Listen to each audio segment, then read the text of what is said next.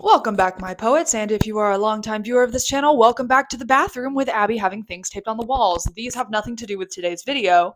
I promised my book club kids they would be here. Today we are talking about the language of poetry, poetic language, which is kind of, to the layman, when you are not a poet and you are reading poetry, you're reading it and you're like, what the heck does that mean? Now, sometimes we can bestow some favor upon the poems we are reading and our lack of understanding because, they were written 100 years ago and it's not their fault that we don't talk like that no mo. Other times it is the art of poetic language. So for example, when you're reading biblical poetry, think not Psalms, because Psalms you read it and you can kind of understand it. Like Psalm 23. Yea, though I walk through the valley of the shadow of death, I shall fear no evil, for you are with me, your rod and thy staff, it comforts me. Like you kind of get the idea. All right.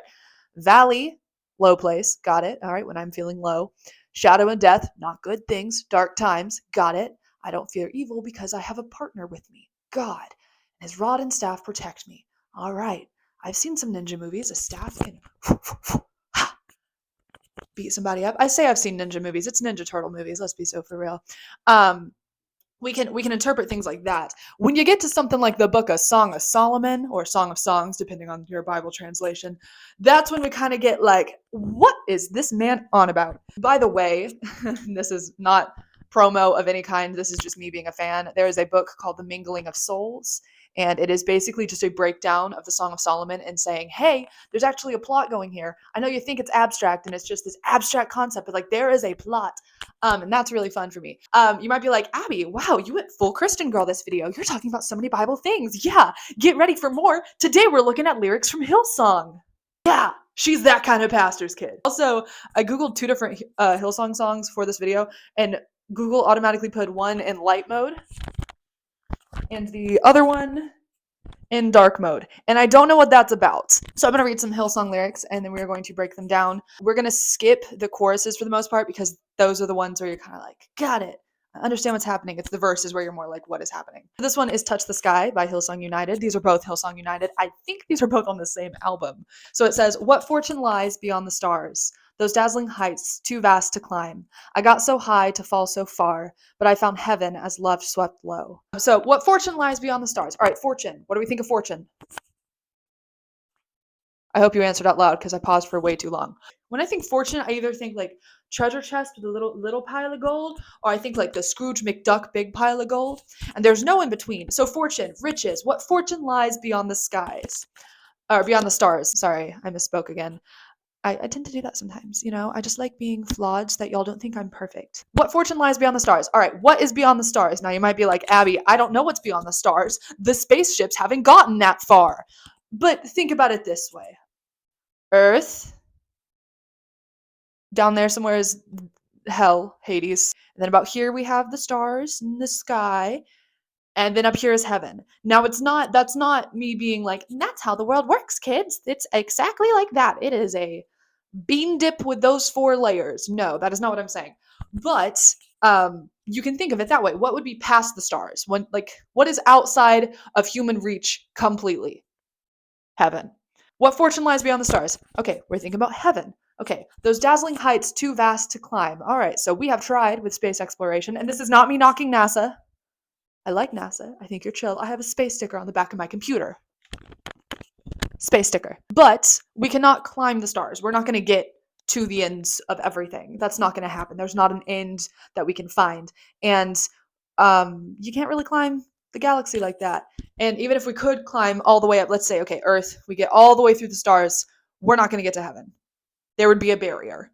But also, heaven's probably not like a physical place. It's like past the stars, but that's the metaphor we're going with here. Then she says, I got so high to fall so far. All right, now this is not, as far as I am aware, intentional imagery for Greek mythology. But here I am with my little Greek mythology brain. So, too high, fall so far.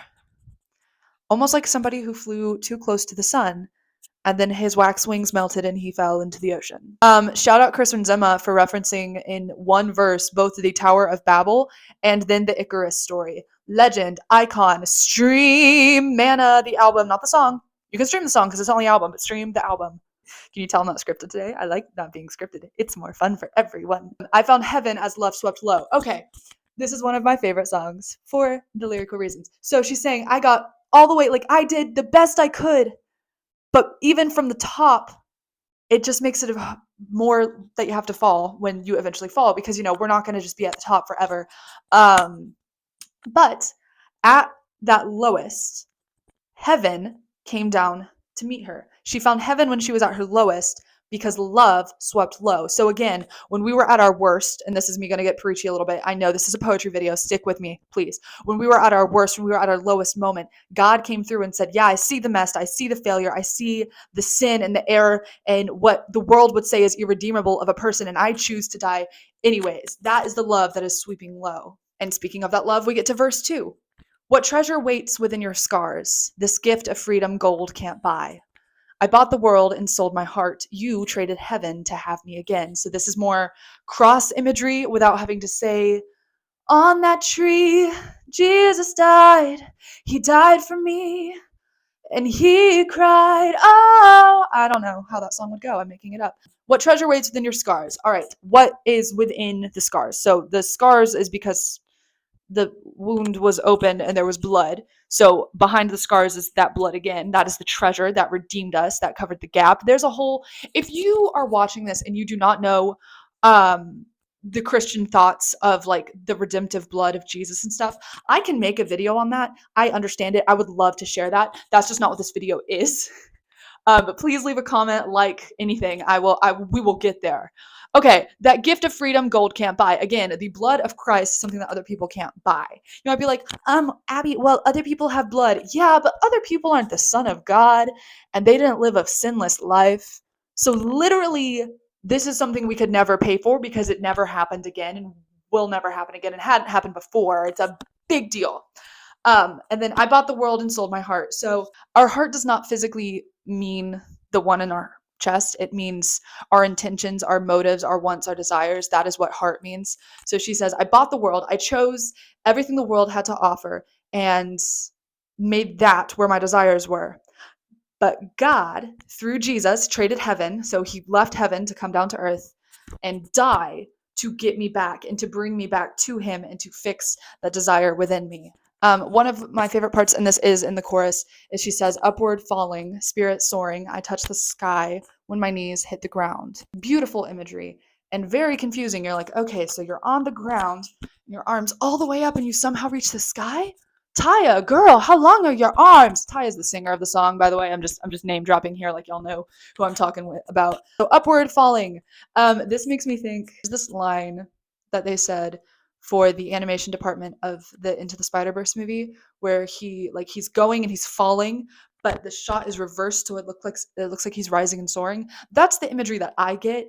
It's like I might not look like what the world thinks I'm supposed to look like. I might be humble, I might have nothing, I might be in poverty, but I have Jesus, so I am falling upwards. Even if the world thinks I'm down here, I'm really up there. Spirit soaring, that is doing well spiritually and just being spiritually healthy, like you're doing something, you are alive within you, not just, physically. And then I touch the sky when my knees hit the ground. So it's one of those things where it's like the Tower of Babel. This is not what she is talking about, I don't think, but that is the imagery here of the story of the people who tried to build a tower to reach the heavens so they could be as tall as God. And I think in modern day, we see a lot of that. We see a lot of people who try their hardest and they give all their effort and they are reaching and reaching and reaching for the sky, trying to get there, working their whole lives, wasting away, ruining relationships, ruining their bodies because they don't get enough sleep and stuff like that. And this is the singer saying, no, but I reached it. I reached where God was because I chose to humble myself and get on my knees daily to pray. That's kind of what she's saying here. We are going to skim through the next song, and this is Here Now, Madness.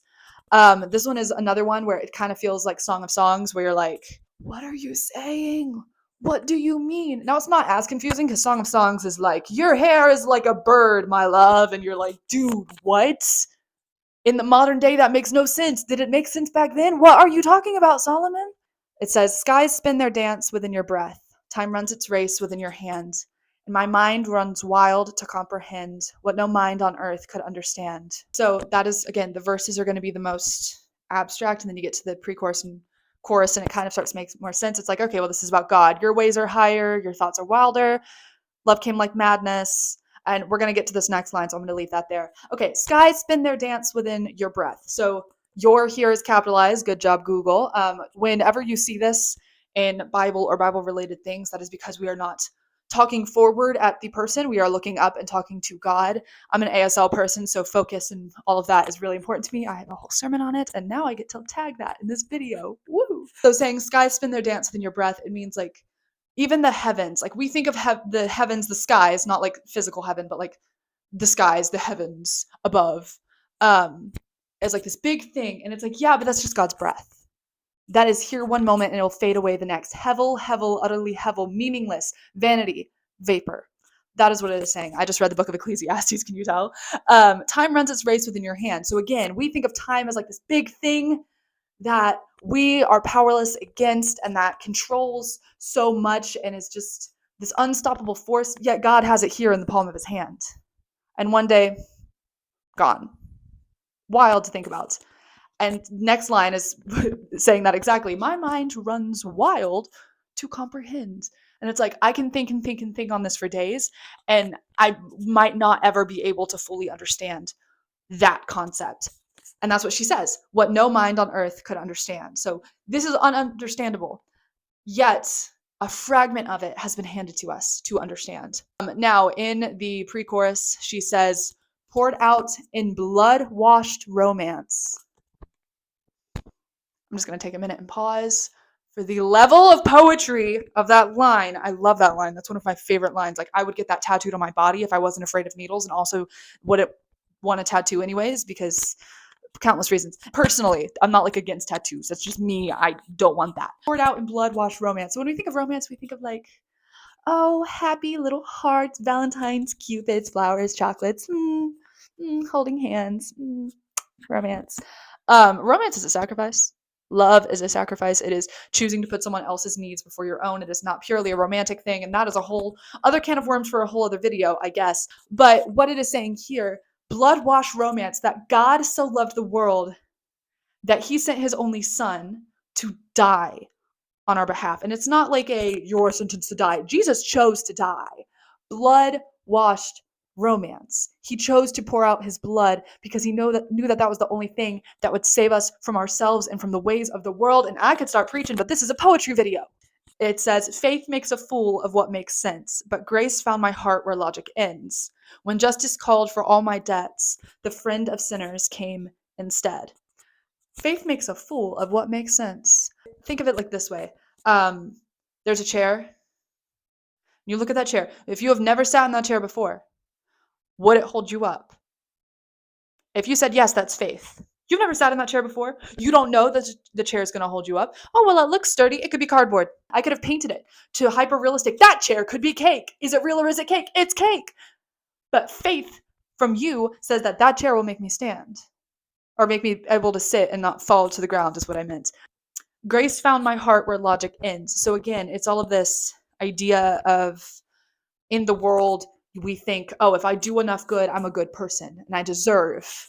Be careful with that word deserve, because we are all born into sin. None of us deserve anything except for hell and the grave, except for by the grace of Jesus Christ, which is what she is saying. She said, grace said, yes, you think you can save yourself, but I'm telling you, you don't have to.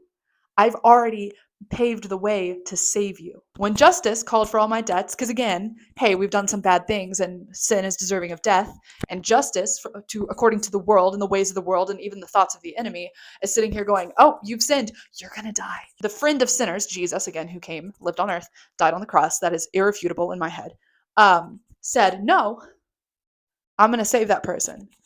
I'm gonna pay this price. I'm gonna pay for your debts. I'm gonna save this person.